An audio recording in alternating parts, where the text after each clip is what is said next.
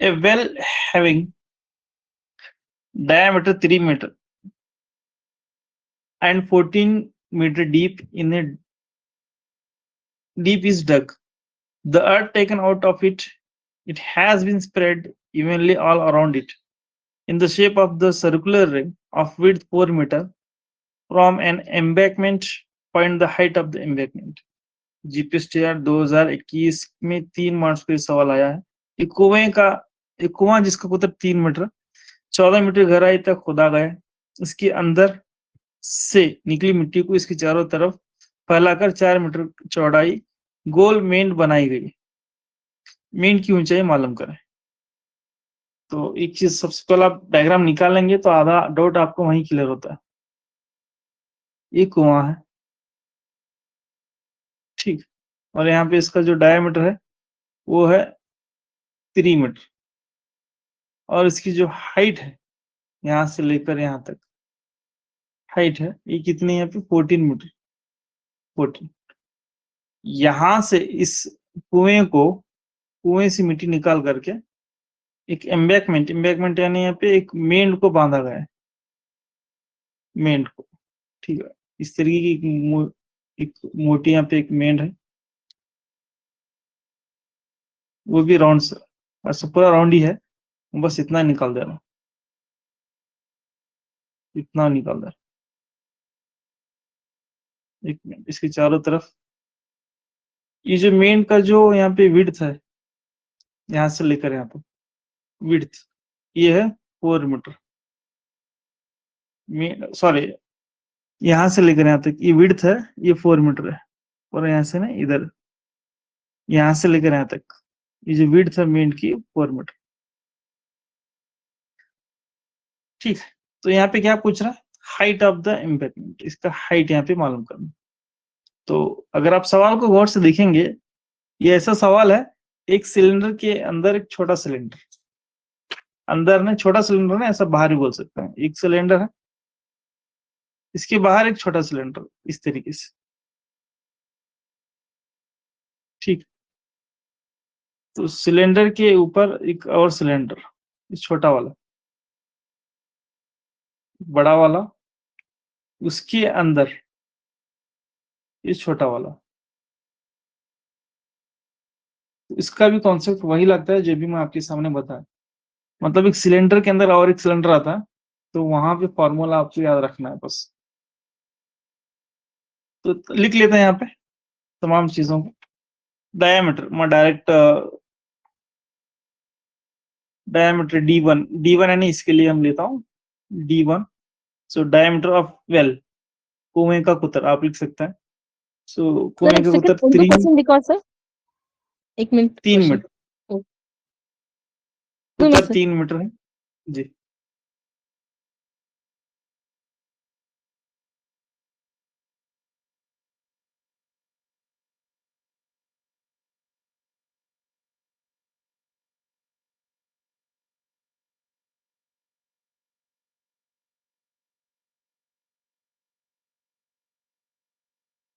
Sir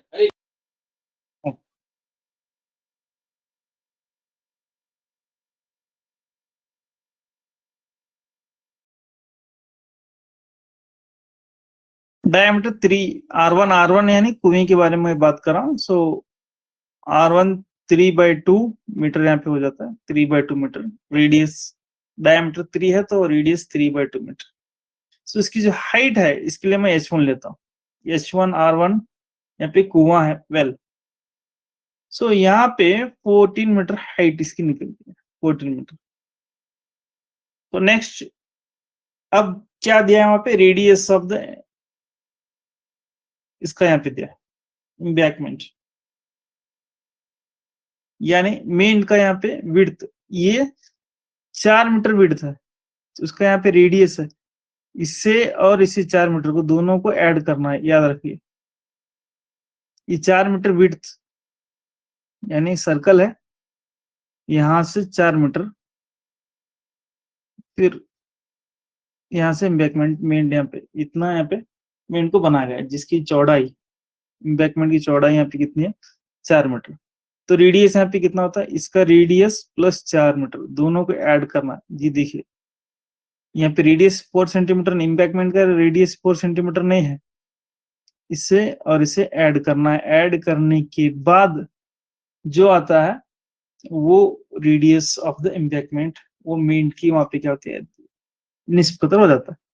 तो उसके लिए यहाँ पे R2, यहाँ पे थोड़ा इसे क्लियर कट लिख लेंगे, रेडियस ऑफ इम्पैक्टमेंट।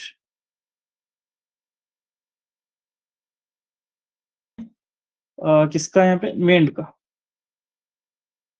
मेन का निष्पुत्र R2 यहाँ पे लेता हूँ, R2। उसके लिए 3/2, इसका जो रेडियस है 3/2 है, याद है आपको, 3/2 प्लस 4 आपको करना है, +4। सो टोटल यहाँ पे 8 प्लस 3 11/2 मीटर मिलता है R2। ये बात क्लियर हो गई सभी को। R2 is nothing but the radius of the embankment, यहां से लेकर यहां तक। तो ये जो है 3/2, फिर यहाँ पे 4, दोनों को ऐड करेंगे तो 11/2 यहाँ पे होता है, 11/2। अब तमाम चीजें यहाँ पे मिल गई। हाइट तो मालूम करना है, S2 इज इक्वल टू, हमें मालूम करना है हाइट ऑफ द इम्बैक्टमेंट, वही तो मालूम करना है, हाइट ऑफ इम्बैक्टमेंट।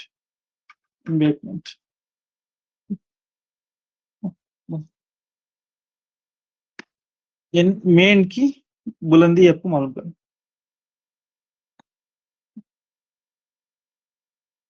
मेन की बुलंदी वही तो मालूम करना।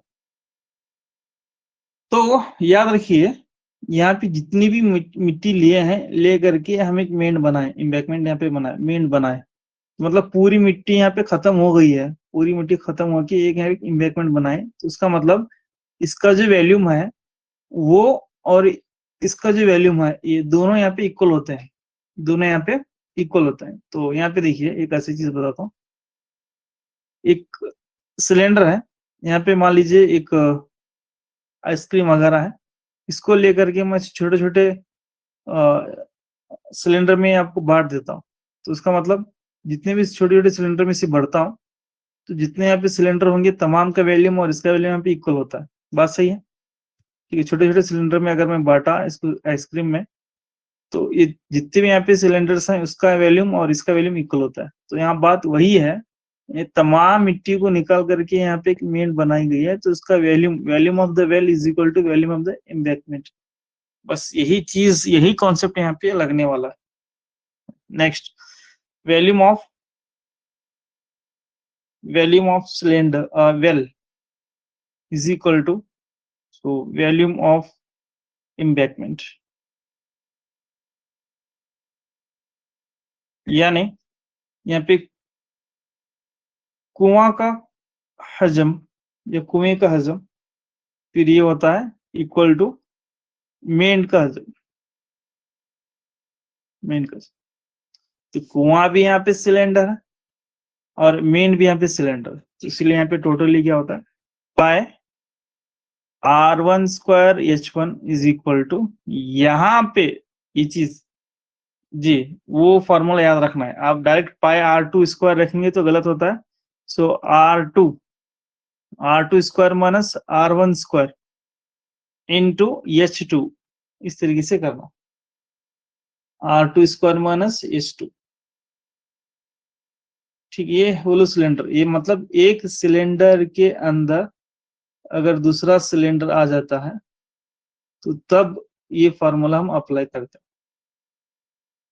अब ये पाई पाई खुशी से यहाँ पे जाता है, R1² जाता है, अगर आप सोचेंगे तो आपकी सोच बिल्कुल गलत है। तो यहाँ पे R1² H1 is equal to, इसको हम क्या कर लेंगे, R2 plus R1, R2 minus R1 रख लेंगे एकदम आसानी से, H2। और पूरे वैल्यूज हमारे पास हैं, पुट कर दीजिए। यहाँ पे R1 की वैल्यू है 3/2, 3/2, 3/2, H1 की वैल्यू है 14, सो R2 की वैल्यू हमारे पास है 11/2, प्लस R1 की वैल्यू है 3/2। ठीक है, सो R2 11/2 माइनस 3/2, फिर H2 वही तो मालूम करना है, H2 मालूम करना, पूरे वैल्यूज यहाँ पे मालूम होगा। जी, अब इसको आप सिंप्लीफाई कर लें तो आराम से 4 1 जा 2 1 जा 2 7 जा। सो नेक्स्ट यहाँ पे 9 को रखें, 9 divide by 2 into 7 is equal to, ये यहाँ पे अगर ऐड कर लेंगे तो 14/2 इंटू ये होता है यहाँ पे 8/2 इंटू H2। सो अगेन 2 1 जा 2 7 जा 7 7 कैंसिल, E2 कैंसिल। सो यहाँ पे 9 बचता है, यहाँ पे 8 H2 बचता है। सो H2 इज इक्वल टू, ये इसके नीचे आता है 9/2 हो जाता है 9/2। So H2 is equal to 9/8 9/8 is H2 is equal to. So यहाँ पे अगर आप इसको सिंप्लीफाई करेंगे तो 8 1 जा 8, अगर ऐसा कर लेंगे 9 और 8 तो टोटल आंसर इसका 1.125 मीटर आता है H2, 1.125। तो ये था एम्बैकमेंट का एग्जांपल, यानी एक होलो सिलेंडर की यहाँ पे एक एग्जांपल यहाँ पे लिया है। होलो सिलेंडर आता है यहाँ पे, होलो, फिर नेक्स्ट हेमिस्फीयर आता है। ये तमाम चीजें इंशाल्लाह एट द एंड तमाम चीजें बताऊंगा। तो ये था 2021 के सवाली पर्चे में आया हुआ क्वेश्चन और उसका आंसर। तो शायद मैं जो करके आया हूँ, मुझे भी उतना याद नहीं है मैं कैसा किया हूँ, लेकिन मुझे इतना याद है कि इसको मैं ऐड किया हूँ, रेडियस को ऐड किया हूँ, ये तो बिल्कुल सही किया हूँ। नेक्स्ट यहाँ पे शायद मैं पाया R2² S2 किया हूँ, शायद मुझे ऐसा याद आ रहा है गड़बड़ में, या फिर कॉन्सेप्ट क्लियर नहीं होने की वजह से, या फिर नहीं पढ़ के जाने की वजह से ये R2² S2 ऐसा किया हूँ, लेकिन ये R2 minus R1 whole square कर जी। नेक्स्ट एक सवाल ऐसा है आपके पास है, ये आप कर लें ऐसा ही एग्जैक्टली सेम, लेकिन यहाँ पे रेडियस पूछा है, रेडियस पूछा है। A well whose diameter is 7 meter has been dug 22.5 meter, and the earth dugout is used to form an embankment around if the height of the embankment is 1.5 meter. Find the width of the embankment। यानी कुएं का कुतर दिया है, गहराई दी गई है, इसके अंदर से मिट्टी निकाल करके एक मेंट बनाई गई है जिसकी ऊंचाई दी गई है, मेंट की ऊंचाई 1.5 मीटर दी गई है, इस मेंट की चौड़ाई मालूम करना, विड्थ ऑफ द एम्बैकमेंट।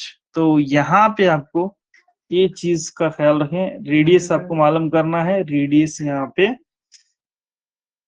10.5 आता है, 10.5। ठीक है, तो इसके लिए आप थोड़ा इस चीज का ख्याल रखें। सिर्फ एक रेडियस आपको पता है, मान लें ये है कुआं, कुएं का यहाँ पे डायमीटर दिया 7, तो इसका रेडियस होता है 7/2, 7/2। यहाँ पे एम्बैकमेंट, यहाँ पे क्या बना है, मेंट बनी है, इसका रेडियस यहाँ पे नहीं दिया, उसकी हम इसके लिए ले लेंगे R। क्या लेना, R लेना। ये बात क्लियर हो गई। अब इसको लेके आप आराम से कीजिए तो तमाम चीजें आपको मिल जाती है। यहाँ पे जबकि इसकी हाइट भी दी गई, मेंट की हाइट भी दी गई कितना 1.5, तो वहां पे हाइट पूछ रहा था, यहाँ पे क्या पूछ रहा है, रेडियस पूछ रहा है, बस उतना ही फर्क है।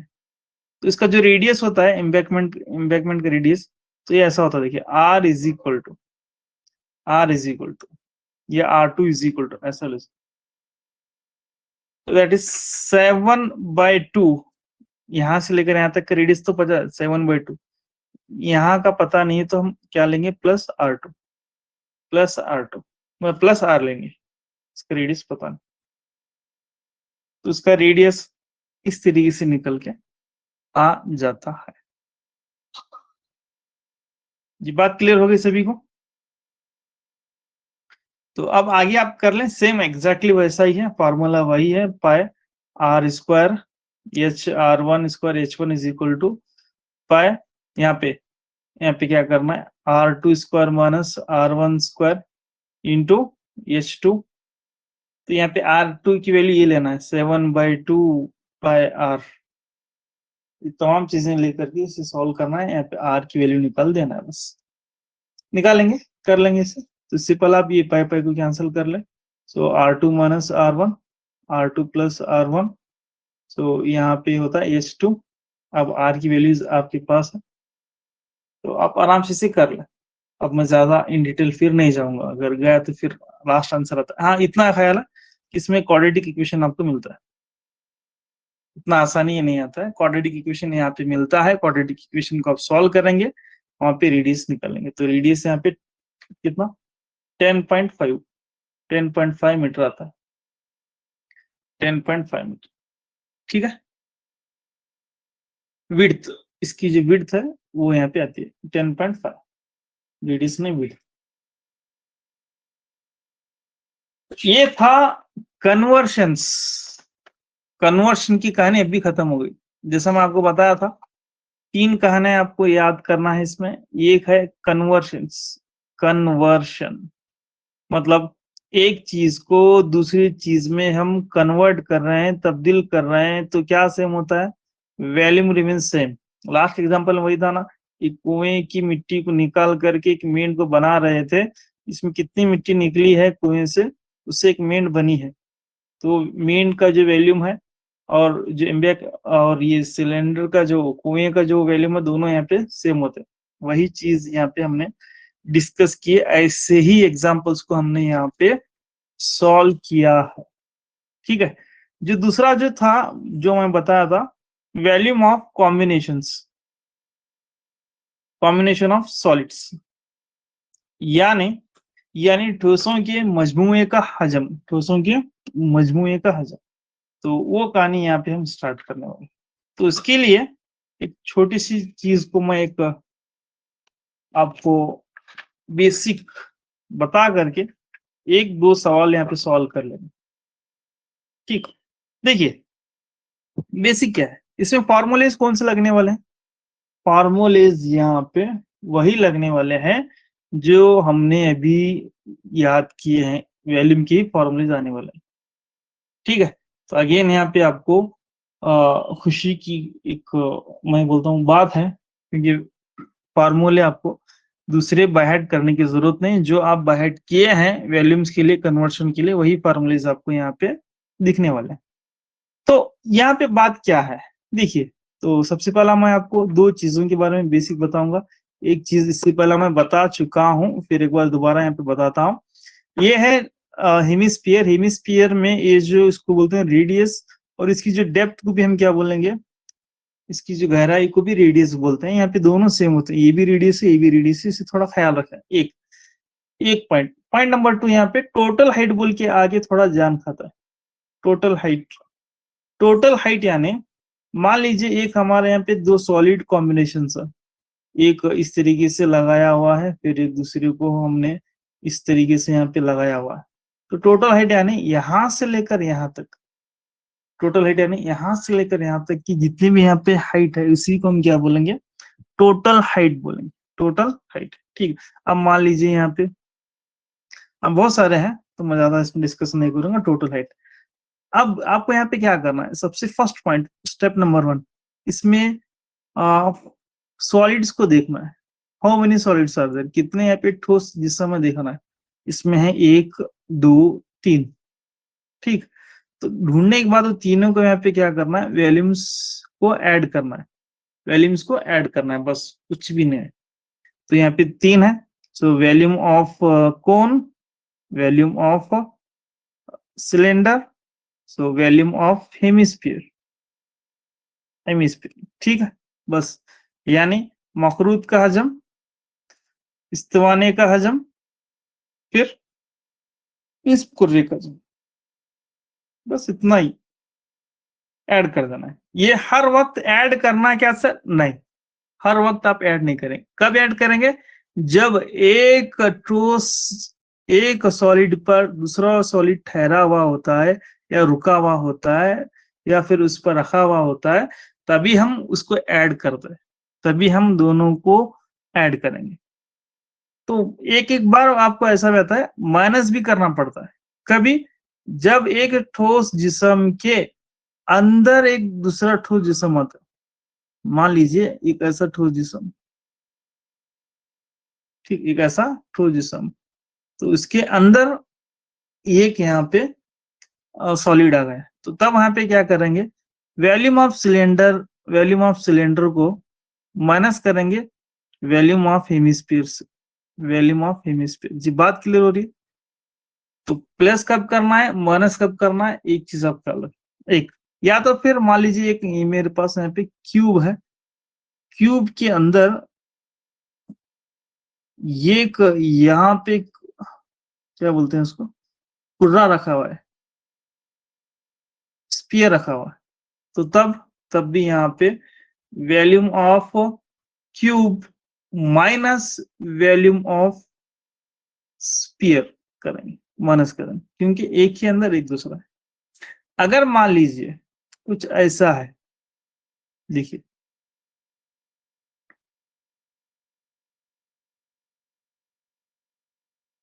अब बताइए क्या क्या करना है इसमें। आप इसका वैल्यूम, इसका वैल्यूम को पहले ऐड करना है, बाद में इसे माइनस करना, क्योंकि इस पर रखा हुआ ना, तो दोनों को ऐड करना है, दोनों को ऐड करना है।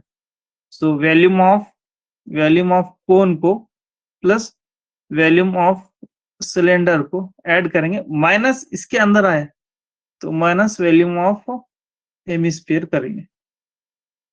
बात क्लियर होगी? मखरूद का हजम जमा इस्तवाने का हजम नफी मनफी निस्फ कुर्रे का हजम, क्योंकि इसके अंदर आ गया। तो इस तरीके से आपको सॉलिड्स देख के पहचानना है कब आपको प्लस करना है, कब आपको माइनस करना है। ठीक है, तो पहला सवाल आसान सवाल है, यहाँ पे ले लेंगे। इसमें थोड़ा आपको क्या बोलता है, सिंप्लीफिकेशन जान खाता है, यहाँ पर भी आपको थोड़ा बहुत ज्यादा सिंप्लीफिकेशन करने की जरूरत पड़ती है। तो ये 3 to 4 मार्क्स के लिए एग्जाम में आता है, 3 या 4 मार्क्स के लिए एग्जाम में आता है। यहाँ पे जो फॉर्मूलेज लगने वाले हैं, अगेन वहाँ पे वैल्यूम्स के फॉर्मूले लगने वाले हैं। एक दो सवाल यहाँ पे सॉल्व करके हम क्लास को एंड करने की कोशिश करते हैं। चलिए सवाल देखिए, A solid wooden toy in the shape of the right circular cone is mounted on a hemisphere if the radius of a hemisphere is 4.2 centimeter. The total height of the toy is 10.2 centimeter. Find the volume of wooden. तो यहाँ पे क्या बता, एक ठोस लकड़ी का खिलौना मखरूद के निस्फ कोरे पर रखा गया है। अगर निस्फ कोरे का निस्फ कुतर 4.2 सेंटीमीटर और कुल लंबाई 10.2 सेंटीमीटर हो तो खिलौने का हजम मालूम कर, खिलौने का हजम मालूम कर। और यहाँ पे HSTR वालों के लिए there is no shortcut for this one, shortcut यहाँ पे नहीं है। आपको पूरे फॉर्मूलेज रख करके, पूरे वैल्यूज रख करके यहाँ पे आपको सिंप्लीफाई करना पड़ेगा। हाँ, इतना ही कि स्टेप्स लिखने की जरूरत है, डायरेक्ट आप वैल्यूज फॉर्मूलेज रख सकते हैं। चलिए शुरू करेंगे इसे। तो सबसे पहला एक टॉय है यहाँ पे, हेमिस्फीयर पर राइट सर्कुलर कोन माउंटेड, यानी रखा, माउंटेड यानी रखना, किस पर, हेमिस्फीयर पर रखा गया। तो एक हेमिस्फीयर है, उस पर चढ़ाया गया है या फिर रखा गया है क्या, एक सर्कुलर कोन यहाँ पे रखा है, सर्कुलर। और इसका यहाँ पे टोटल हाइट दिया गया है, रेडियस भी दिया, हेमिस्फीयर, हेमिस्फीयर का रेडियस 4.2, यहां से लेकर यहाँ तक जो रेडियस है ये 4.2 मीटर सेंटीमीटर, और यहां से लेकर यहां तक कुल हाइट, टोटल हाइट, तो ये जो है 10.2 सेंटीमीटर, 10.2। अगर ऐसा है तो इसका हजम मालूम करो, बोलो find the volume of the solid. ये शुरू करेंगे। तो सबसे पहला वॉल्यूम मालूम करने के लिए कौन कौन सी चीजें जरूरत है, volume of cone, volume of hemisphere. Volume of cone में 1/3 pi R square H, so 1/3 pi R square H, H होना जरूरी है। तो एच कहाँ से मिलता है, अगर आप एच 10.2 लेंगे तो आप बिल्कुल गलत होता है, उसके लिए यहाँ पे फर्स्ट लेंगे रेडियस आर। आर यहाँ पे मैं एक ही लेता हूँ, रेडियस।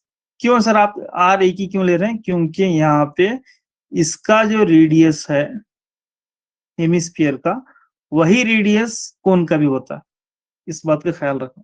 इससे पहले मैं बताऊं, जब कोई भी एक ठोस जिस्म दूसरी ठोस जिस्म पर ठहरता है या रुकता है तो रेडियस वहां पे इक्वल होता है। तो इसके लिए मैं आर ले रहा हूँ, आर सेंटीमीटर। तो इसको हम क्या करेंगे, 42.10 सेंटीमीटर यहाँ पे लिख लेंगे।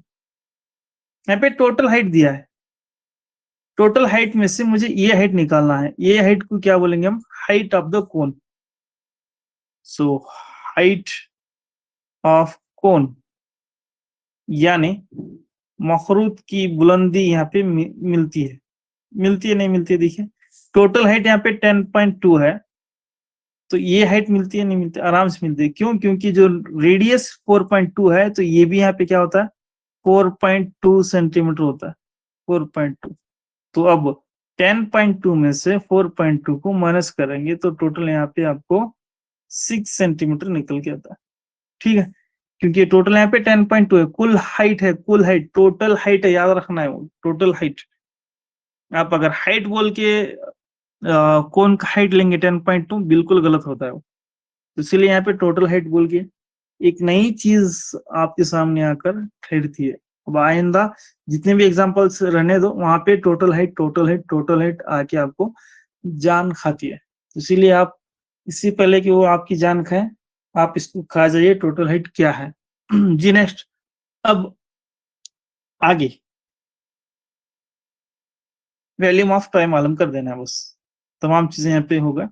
सो volume of toy is equal to, यहाँ पे क्या करना है, volume of cone plus volume of hemisphere, volume of hemisphere यानी खिलौने का, खिलौने का हजम, हजम मसावी है यहाँ पे मखरूत का हजम जमा निस्फ कुर्रे का हजम, निस्फ कुर्रा का हजम। ठीक है, थोड़ा हजम को एडजस्ट करना है क्योंकि हजम हजम नहीं हो रहा है जल्दी से। सो पाई आर स्क्वायर एच, ये होगा 1/3, 1/3। तो नेक्स्ट यहाँ पे निस्फ कुर्रे का 4, 2/3 pi R cube, 2/3 pi R cube. Sir इसे R1 R2 क्यों नहीं ले यहाँ पे, क्योंकि यहाँ पे दोनों का रेडियस सेम टू सेम रहता है, इसीलिए। अब आपको क्या क्या करना है, 3 कॉमन, यहाँ पे पाई है, यहाँ पे पाई है, यहाँ पे आर स्क्वायर है, यहाँ पे आर क्यूब है, तो पाई आर स्क्वायर कॉमन, क्या बचता है, 1/3 तो बाहर आ गया, पाई बाहर आ गया, आर स्क्वायर एच बचा यहाँ पे। सो यहाँ पे 3 बाहर आ गया, पाई आर क्यूब में से एक बचा, तो एक आर यहाँ पे 2 पाई आर बच जाता है, 2 पाई आर। तमाम चीजें हमारे पास मौजूद है, तो इसको यहाँ पे पुट कर देता है। 20, सबसे पहला 1/3 रखते हैं, 1/3 सेपरेट, पाई की वैल्यू रखते हैं 22/7। आर, आर यहाँ पे हमारे पास कितना है, 42/10, 42/10 इंटू 42/10, क्योंकि यहाँ पे 2 टाइम्स। एच, एच की जो वैल्यू है यहाँ पे 6 + 2 इंटू आर जो है हमारे पास 42/10, 42/10। अब आप इसका सिंप्लीफाई कर लें। सो ऐसे 10 ऐसा ही रहने दे, 10 ऐसा रहने, जब खुशी होती है। तो 7 1 जा 7, 7 6, 3 1 जा 3 2 जा, ये पूरे को सिंप्लीफाई कर लें। यहाँ पे इससे मल्टीप्लाई करना है, फिर यहाँ से 10 से मल्टीप्लाई करना है, तो पूरी चीजें अगर आप करेंगे तो 44 इंटू 42 डिवाइड बाय 100, और ये 42 इंटू 2 486 + 84 डिवाइड बाय 10, फिर इसे आगे सिंप्लीफाई करेंगे। सो टोटल लास्ट में जो आंसर आता है, देखिए यहाँ पे इतना आता है 266,112 डिवाइडेड बाय यहाँ पे 123। यहाँ पे काटिए मत, ऐसा ही पहले इसे मल्टीप्लाई कीजिए, 60 होता है, 60 में 84 ऐड कीजिए, कितना आता है, फिर यहाँ से तीनों को मल्टीप्लाई करना है। तो नेक्स्ट यहाँ पे आपको लास्ट में answer 266.112 centimetre cube, centimetre cube. So this is the required volume of toy. ठीक है, टोटल यहाँ पे इसका खिलौने का हजम आ जाता है. नेक्स्ट एक ऐसा सवाल आप खुद कर लें, आसान है, ये खुद कर ले. नेक्स्ट अगला मैं बताऊंगा. और दो सवाल बचा, ये आप खुद कर लें. A vessel is in the form of a hemispherical bowl mounted by a hollow cylinder. The diameter of the sphere is 14 centimeter and the total height of the vessel is 13 centimeter. Find the capacity. एक बर्तन निस्फुर्रा पर लगे खोखला खोखला स्तवानी की शक्ल में है. इसके कुतर 14 सेंटीमीटर और बर्तन की कुल ऊंचाई 13 सेंटीमीटर हो तो यह है बर्तन की गुंजाइश मालूम करें.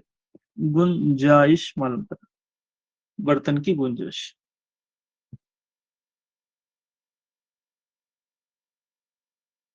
जी, ये आप खुद कर लें, एकदम बहुत ही आसान और इजी सवाल है. यहाँ पे मैं डायग्राम बताता हूँ, देखिए.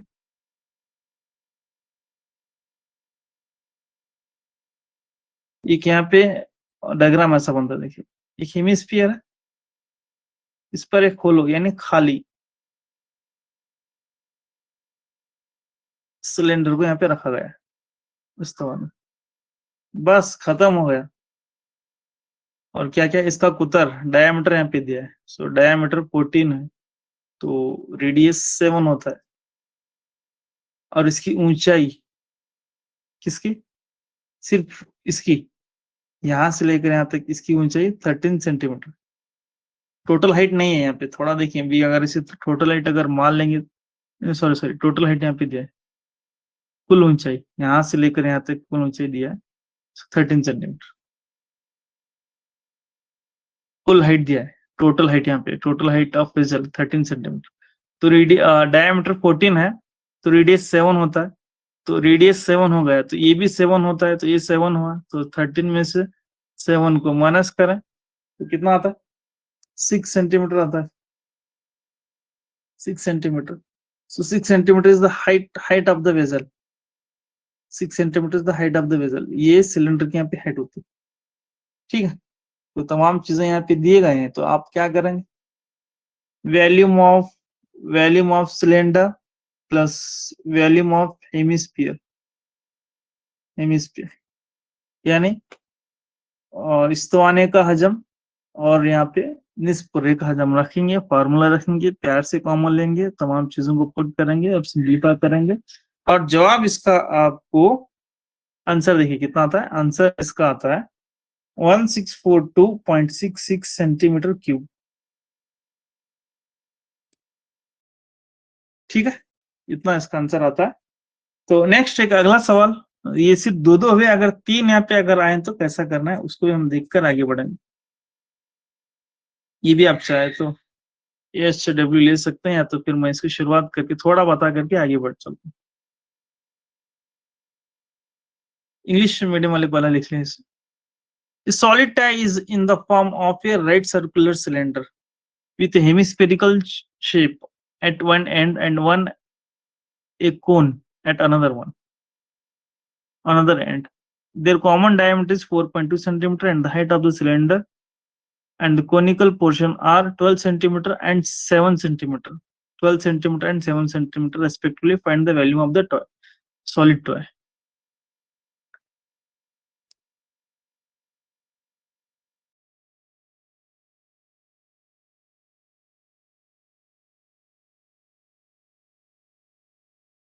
यहाँ पे देखिए, एक ठोस खिलौना स्तवानी नुमा शक्ल का है जिसकी एक सिरे का निस्फुर्रा और दूसरे सिरे को मखरू से जोड़ा गया है. इनका मुश्तरक कुतर 4.2 सेंटीमीटर है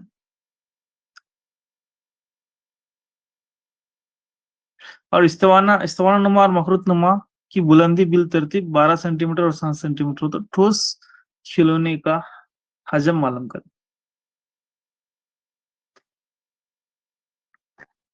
जी एक थोड़ा मैं आप सॉल्व करके आपको दे देता हूँ।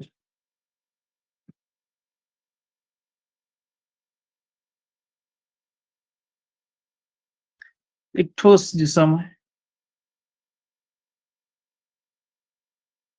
इसका एक सिरा एक एंड पर हेमिस्फीयर है और दूसरे एंड पर यहाँ पे कोन है। अब यहाँ पे सवाल को पढ़े। कॉमन डायमीटर मतलब सबका भी डायमीटर सेम टू सेम रहता है, ठीक है। कितना यहाँ पे 4.2 सेंटीमीटर। तो यहाँ पे diameter D is equal to 4.2 centimetre, तो radius is equal to 2.1 centimetre होता है, 2.1 centimetre. Height of cylinder and cone, so height of the cylinder यहाँ पे दिया है, height of the cylinder is 12 centimetre, 12 centimetre. तो यहाँ पे मैं लिखता हूँ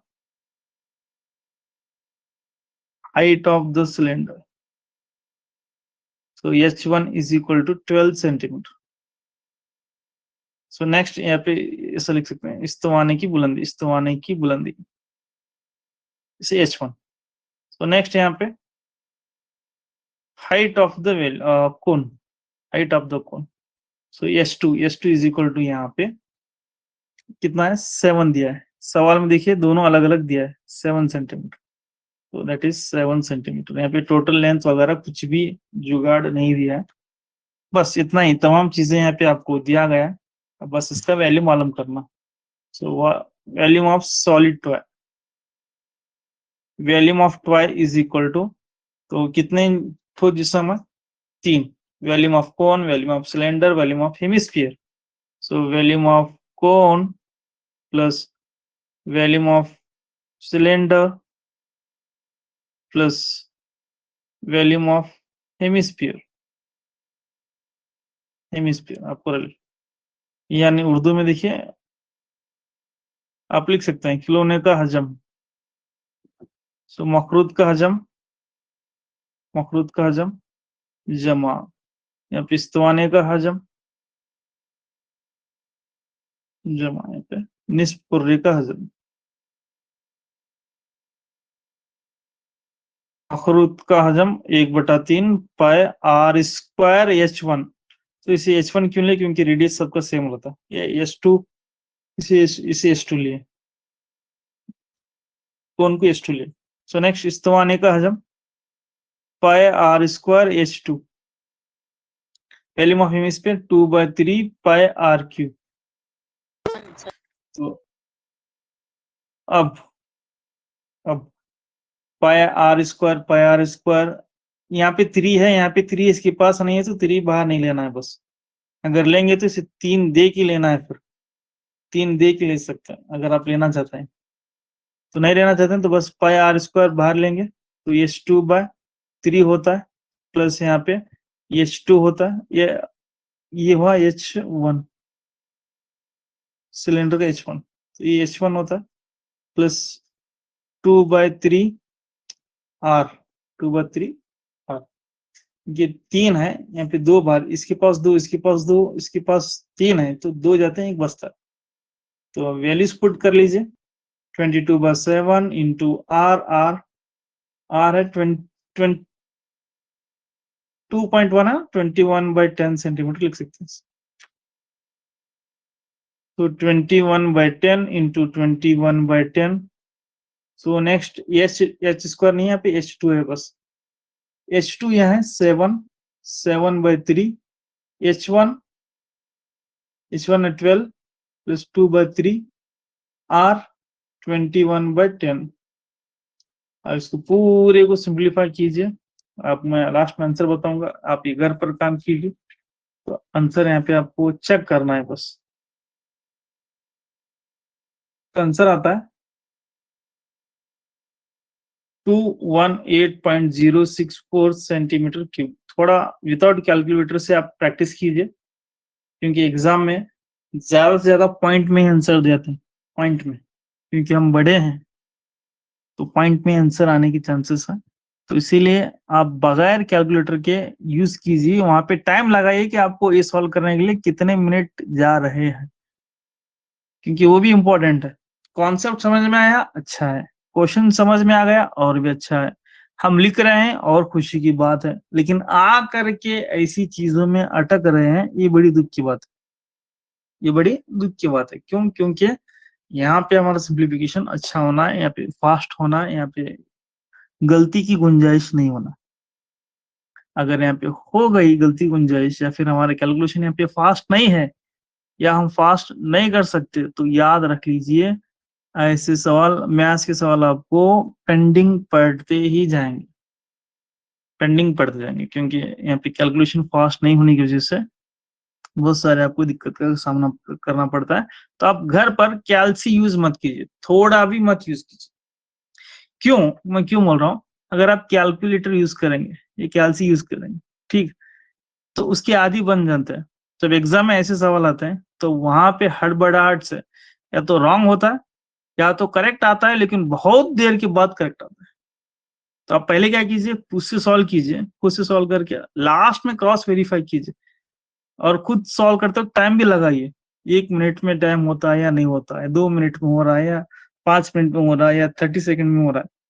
तो टाइम लगा करके इसे सॉल्व कीजिए, क्योंकि ऐसे ही देखिए, समझ में आना बड़ी बात है, सॉल्व करना बड़ी बात है, ये तमाम चीजों में और भी बड़ी बात, ऐसी सिली सिली जो हमारे सिंप्लीफिकेशन बताएं, वहां पे टाइम वक्त जाया नहीं होना है। टाइम के मैनेजमेंट यहाँ पर भी भरपूर करना है, तो आप वही करना है। इसको आप खुद से सॉल्व कीजिए, खुद से सिंप्लीफाई कीजिए, खुद से मल्टीप्लाई कीजिए, कितने बड़े नंबर रहने दो, बाद में कैलसी यूज कीजिए। सही आया तो और खुशी होगी आपको, और दिल बोलता है ऐसे और भी 2-3 सॉल्व करने की। गलत आया तो टेंशन मत लीजिए, दोबारा फिर कीजिए, ठीक है। तो ये थी आज की क्लास। इंशाल्लाह कल हम